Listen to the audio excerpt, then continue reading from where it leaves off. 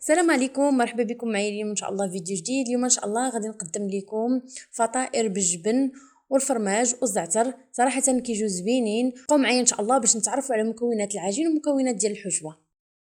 بالنسبه للعجين غادي نحتاج كاس ديال الحليب دافي، 3 الكيسان ديال الفورص العبار العنبه، غنحتاج بيضه، غنحتاج 3 المعالق ديال الزيت، غنحتاج السنيده، الملحه، وغنحتاج الخميره.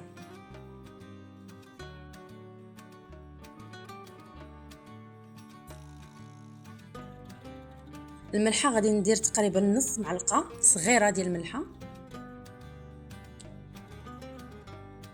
غادي ندير سنيده غير شويه، نص ديال المعلقه تقريبا. غادي نخلطهم.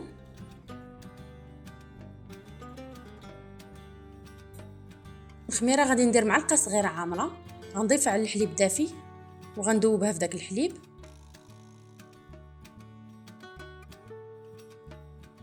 غنضيفها على الخليط وغنحرك. دابا غنبدا نضيف الدقيق ونجمع العجين.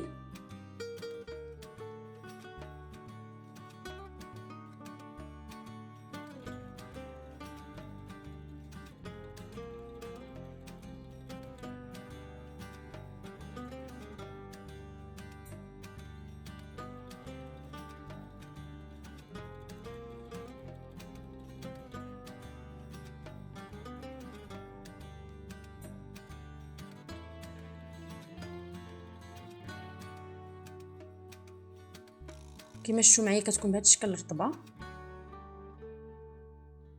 غادي نديرها تخمر، غنغطيها وغادي نخليها تخمر لمده ديال نص ساعه. بالنسبه للحشوه غنحتاج جبن محكوك، غنحتاج معلقه ديال الزعتر، معلقه كبيره، غنحتاج علبه ديال الثوم والفرماج محكوك.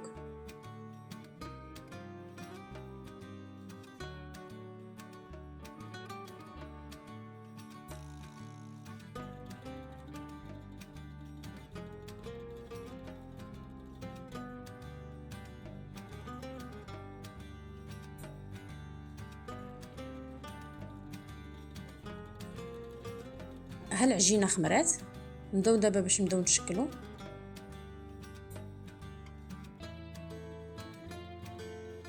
كنخوي العجين من الهواء.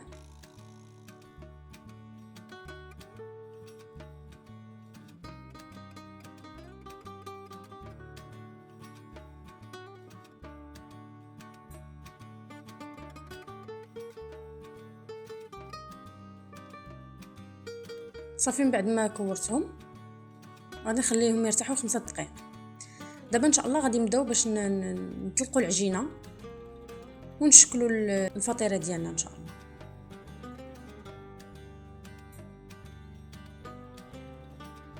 كتكون بهذا السمك. غنجيب باش نقطع سواء قطعه البيتزا سواء موس. كنقسمها على 8 مثلثات.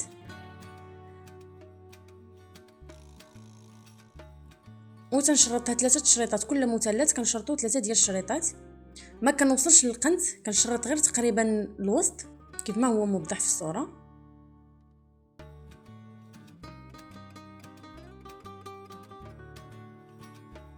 صافي وغنبدا نعمر فيهم. ناخذ معلقه تاع الحشوه، غنجبد العجين شويه. غادي ناخذ طرف ديال العجين وغادي نديرو من التحت كما موضح في الصوره. صافي غنحاول نحل شويه دوك الشريطات كما كتشوفوا كتجيب هذا الشكل. صافي غندير الثانيه وغنستمر بحال هكا حتى نسالي.